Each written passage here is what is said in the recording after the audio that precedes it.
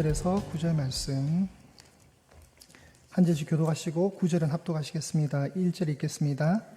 모세가 대답하여 이르되 그러나 그들이 나를 믿지 아니하며 내 말을 듣지 아니하고 이르기를 여호와께서 내게 나타나지 아니하셨다 하리이다.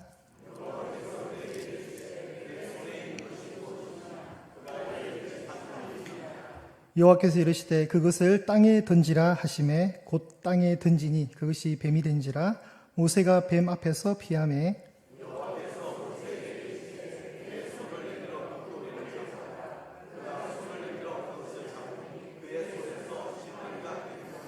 이는 그들에게 그들의 조상의 하나님 곧 아브라함의 하나님 이삭의 하나님 야곱의 하나님 여호와가 내게 나타난 줄을 믿게 하려 함이니라 하시고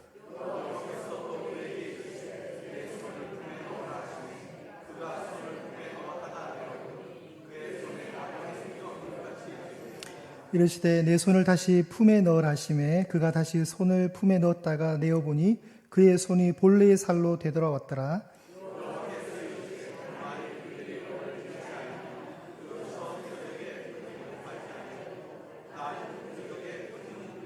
함께 있습니다.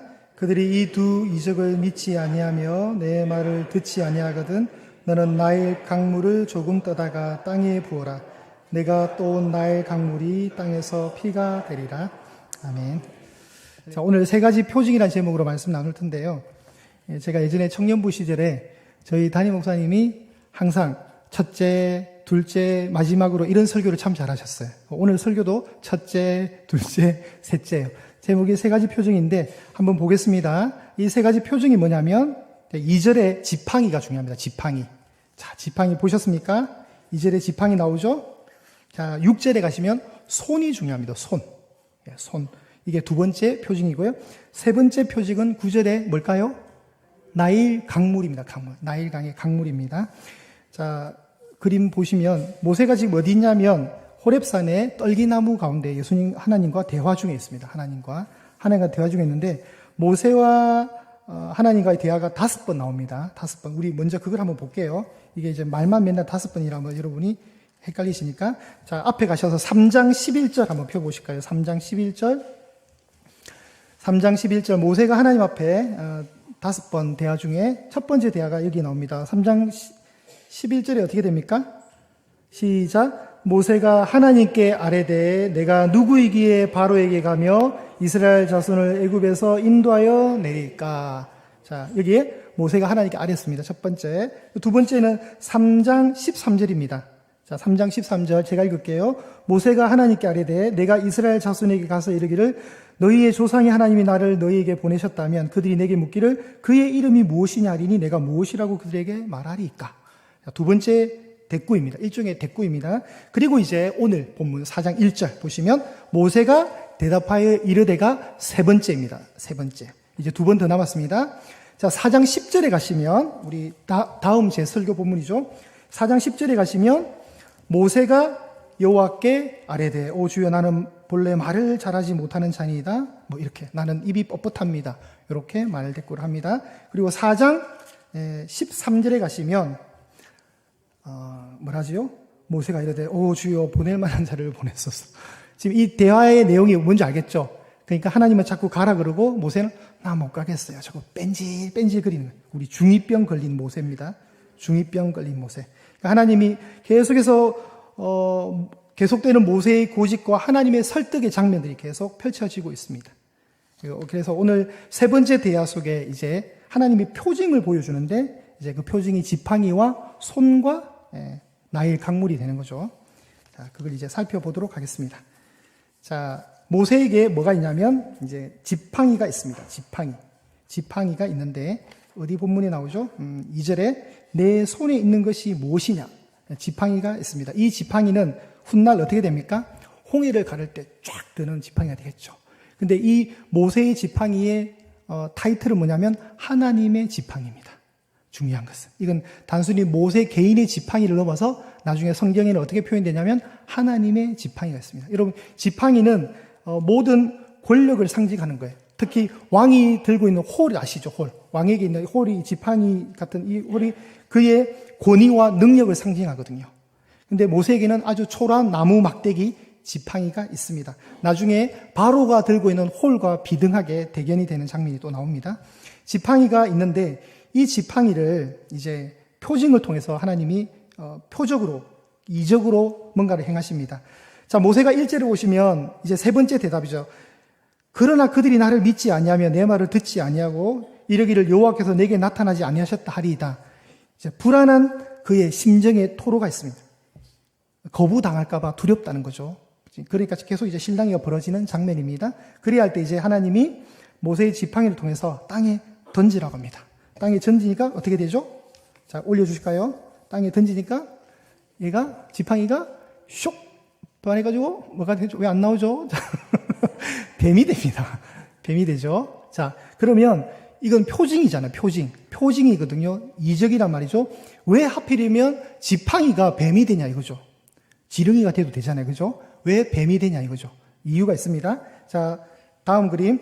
우리는 이제 지금 애굽을 보고 있잖아요. 애굽이 현재 나라 말로 하면 이집트입니다. 이집트고 우리가 바로왕 하는데 바로는 사람 이름이 아니라 파라오라 해서 그냥 왕들의 이름을 그냥 바로라 해요. 바로라고. 그러니까 이제 우리 신약에 오면은 시저가 되죠. 뭐 가이사. 가이사는 사람 이름이 아니라 황제를 칭하는, 파라오는 모든 왕들의 이름을 파라오라 하는데 그 파라오들의 이 왕관에 뭐가 항상 있냐면 코브라가 있습니다. 코브라. 그러니까 아마 이때 뱀도 아마 지팡이가 이게 뱀이 될 때 이 뱀도 아마 코브라가 되지 않을까 뭐 그런 생각이 들어요. 코브라가 있습니다. 뭘 상징하죠? 왕권을 카리스마를 상징하고요. 이제 두 가지가 있는데, 이 코브라를 통해서 신적으로 내가 보호받는 존재다. 그리고 권능이 나에게 있다. 그리고 대신 나를 대적할 때는 죽음을 경고한다. 이런 뜻을 가지고 있어요. 코브라를 통해서. 강하잖아요, 인상이. 예. 그래서 여러분 보통 뭐 우리 공군의 마크 새가 뭐예요? 그렇죠. 왜 독수리를 할까요? 강한 이미지. 거기다가 참새 이름은 되게 웃기잖아요. 비둘기 이름 너무 모양새가 안 나잖아요. 그러니까 카리스마. 공군을 표시할 때는 매나 독수리를 딱 상징한다고 해요. 마찬가지로 이 왕권의 상징 파라오 왕들의 왕관에는 뱀의 형상이 있는 거예요.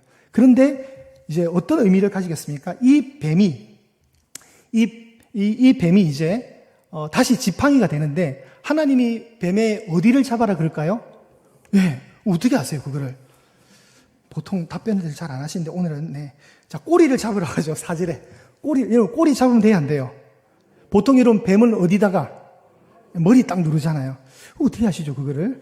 자, 이렇게 꽉 잡잖아요. 그럼 뱀이 꼼짝 못해 꼬리를 잡으면 머리가 살아있으니까 휙 돌아서 공격을 한단 말이죠. 근데 또 이 중2병에 걸린 모세가 또 그 말을 들어요. 자, 그죠? 보통 믿음이 아니거든요. 그렇잖아요? 꼬리를 잡으면 이 또 사심리가 목동을 해서 다 알 거란 말이죠. 산에 다니면서 양떼 치고 뱀도 아마 많이 만났겠죠. 근데 그가 손을 내밀어서 그 꼬리를 잡아요. 잡으니까 어떻게 돼요? 다시 지팡이가 된다는 겁니다. 뭘 상징할까요? 무엇을?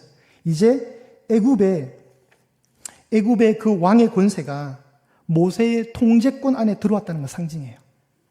왕을 상징하는 그 뱀이 시키는 대로 다 되는 거잖아요. 그죠? 지팡이 되었다가 뱀이 되었다가 그러니까 이제 모세의 통제권, 실제로 여러분 앞으로 이제 일어나게 될 출애굽의 10가지 이적들, 10가지 재앙이라 불리는 그 이적들은 전부 다 모세가 하나님의 대리자로 서서 다 하잖아요. 그죠? 그러니까 가지고 노는 거죠. 일종의 애굽을 가지고 놀잖아요. 그런 통제권을 상징합니다. 두 번째 표징이 뭘까요? 멀쩡했던 모세의 손이 나병이 듭니다. 품에 넣으면 꺼내면 나병이 되고 다시 넣으니까 돼요. 다시 온전한 손이 됩니다. 그럼 이걸 또 뭘 이게 다 메시지가 있겠죠. 왜냐하면 표징이니까.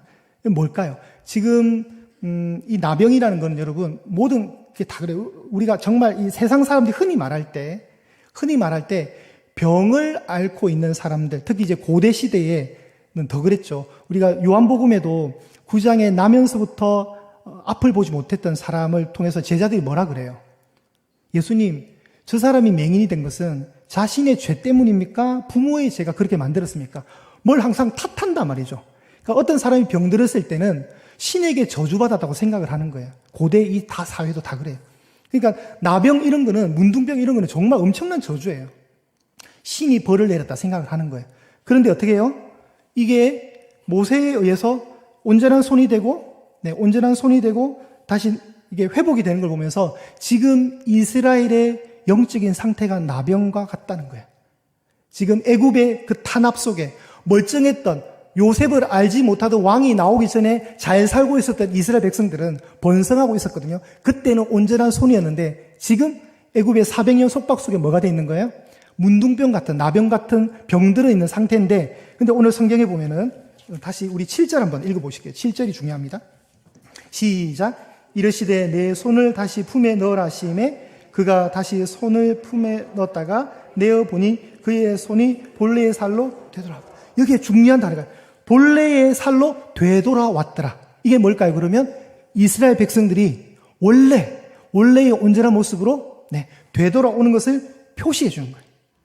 그럼 여러분 우리가 딱 볼 때는 뱀이 지팡이가 상식적으로 보세요. 지팡이가 뱀이 되는 거랑 나병의 손이 온전하게 되는 거 어느 게 기적이 더 센 것 같아요?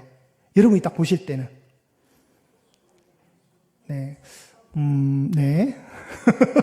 일반 사람들이 볼 때는 사실 그러죠. 지팡이가 뱀이 되는 게 더 놀라운 기적이잖아요. 어떤 면에서. 그죠? 손이야 뭐 이렇게. 근데 이게 원래대로라면 그러면 지팡이가 뒤로 가야 돼요. 두 번째 표적이 되는데 두 번째 표적은 오히려 나병이었어요. 그건 뭐냐면 저게 다 써 있어요. 자, 너무 글자가 제가 작아서 잘 안 보이는데 지팡이가 뱀이 되는 것은 마술사도 가능했어요. 실제로 여러분 우리 다 따라하잖아요. 애굽의 술객들이 나중에 따라하거든요. 그런데 질병을 낫게 하는 것은 마술사들이 따라하지 못해요. 그러니까 두 번째 표징이 더 센 거예요.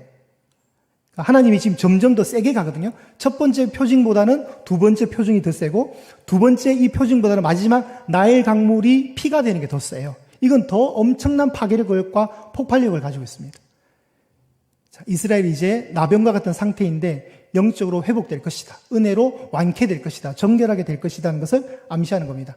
마지막 세 번째가 이제 나일 강물이 피가 되는 겁니다. 자, 8절을 보실까요? 8절 제가 읽겠습니다. 여호와께서 이르시되 만일 그들이 너를 믿지 아니하면 그 처음 표적의 표징을 받지 아니하여도 나중 표적의 표징은 믿으리라. 자, 첫 번째 표징이 뭐였어요?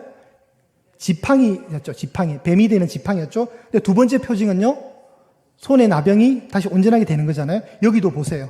처음 표적을 믿지 아니하지라도 두 번째 표적을 믿는 자 그랬죠. 그 말은 뭐죠? 두 번째 표징이 더 센 거예요. 그런데 9절에 그들이 이스라엘 백성들입니다. 그들이 이 두 이적을 믿지 아니하며 내 말을 듣지 아니하거든. 이제 내가 더 센 거 해줄게. 하나님 그렇게 하시는 거예요. 그 센 게 뭐예요? 너는 나일 강물을 조금 떠다가 땅에 확 뿌리면 어떻게 된다고요? 피가 된다는 거예요. 피가. 자, 한 번 더 그림 올려주세요. 여러분, 나일 강은 쉽게 보시면 안 돼요. 이집트 고대 4대 문명이라 불린 황하 문명, 인더스 문명, 메소포타미아 문명, 나일강 문명. 제가 이걸 다 어떻게 외우죠? 하여튼 외웠네요. 요 네 개의 문명은 우리가 생각하는 어떤 그런 상상을 넘어서 엄청난 문명권입니다. 왜요? 강을 다 끼고 있어요. 물이 있는 거예요, 물. 황하도 물이죠. 인도의 인더스 강도 물이죠. 메소포타미아도 두 개의 강, 유프라데스와 티그리스 강 두 개가 있죠.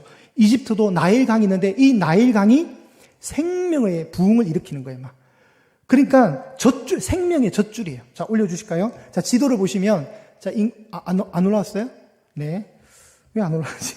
자, 나일 강이 엄청난, 먹거리를 일으키고, 그러니까 이집트인들을 아주 배부르게 만드는, 애굽을 부강하게 만든 이유 중에 하나가 나일 강물이었던, 나일 강을 통해서. 그러니까 사람들은 또 그런 걸 그냥 물로 보면 되지. 아까 여러분 돼지에게 절하더라고요. 그죠? 돼지를 돼지로 보면 되지. 왜 돼지 앞에 절을 하냐고요. 그죠? 사람들이 나일 강을 강물로 보면 되지. 이걸 또 어떻게 해요? 신으로 섬기는 거예요. 신격화시키는 거예요. 숭배를 해요. 숭배를. 그러니까 이집트인들에게 나일 강의 강물은 진짜 신이에요. 신. 우리를 부유하게 만들어주는 어머니와 같은 생명의 젖줄이라 생각하는데, 그런데 그 나일 강물을 피로 만든다는 것은 뭐예요? 피는 두 가지잖아요. 피는 우선 생명을 상징해요. 생명. 그죠? 살아있는 것은 우리가 살려면 피가 있어야 돼. 생명을 상징해요. 근데 피는 또 뭘? 죽음을 상징하잖아요. 피바다, 우리 이런 말은 뭐예요? 죽음을 상징하잖아요. 그러니까 두 가지의 복합적인 의미를 가지고 있는 거예요. 그런데 앞으로 이 나일강을 통해서 이제 하나님이 이 세 번째 표징의 메시지는 뭐냐면 이스라엘 백성들에게 있어서 나일강의 이 표징은 뭐가 될까요?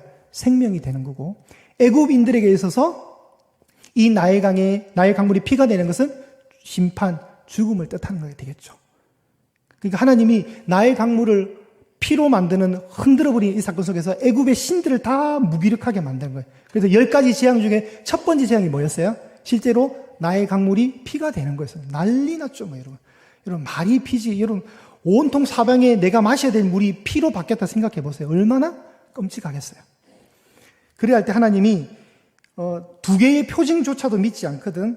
내가 이제 나일강에 피가 되는 것을 통해서 사람들이 믿게 될 것이다. 이게 이제 하나님이 우리에게 주신 세 번째 표징입니다. 자, 오늘 이 본문을 통해서 보면 이제 하나님이 더 세다는 걸 보여주는 거예요. 하나님이 더 세다. 하나님이 더 세다는 것을 확실히 보여주고 있고, 우리에게 필요한 것은 사실 신앙생활할 때 이런 능력이 아니에요. 실제로 뭐 능력 받아라 하지만 우리가 실제로 능력보다 우선시 해야 되는 것은 하나님의 말씀을 믿는 믿음과 순종이에요.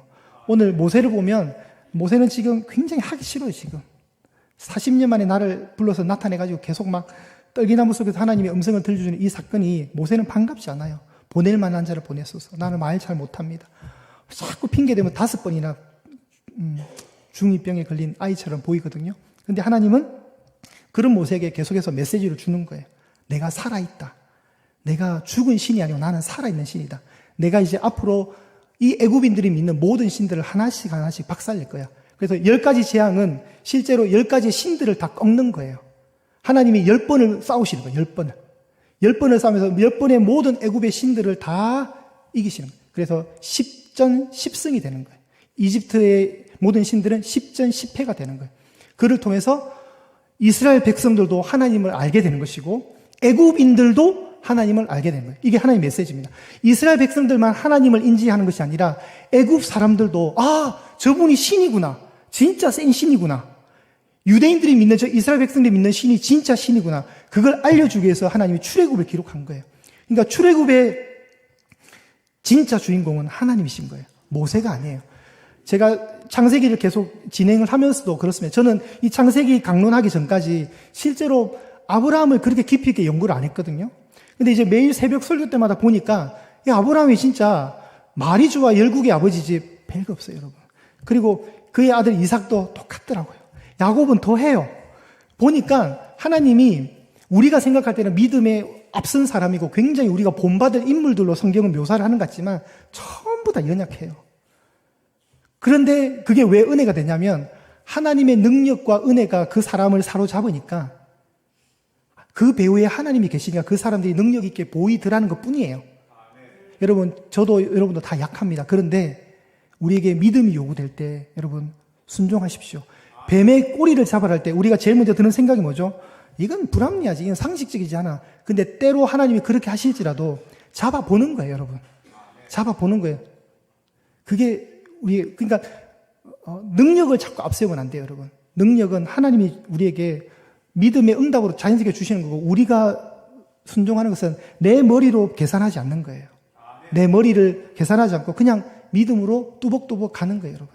이번 한 주도 여러분 만만치 않은 세상이 여러분을 딱 기다리고 있습니다. 이 한 주 동안 또 어떤 일이 일어날까요? 우리의 일터와 사업장에, 우리의 직장에 어떤 일이 또 일어나겠습니까? 그러할 때 두려워하지 말자는 거예요. 여러분 뒤에 하나님이 계시고 여러분 앞에 하나님이 계시다는 거예요. 그리고 답답하죠, 여러분. 사방을 봐도 다 답답하죠. 사방에 우겨싸움을 당한, 거꾸로 뜨림을 당한 것 같은 답답함이 있잖아요. 그럴 때 유일하게 뚫려 있는 곳, 하늘이에요. 하늘 보시면서 힘을 얻으십시오. 그 한 주가 되시기를 소망합니다. 하늘을 보면서 의지하십시오. 하나님이 여러분 배후에, 여러분 앞서 행하신다는 그 사실을, 그걸 더 믿는 게 더 좋아요, 여러분. 그렇게 힘있게 살아갑시다.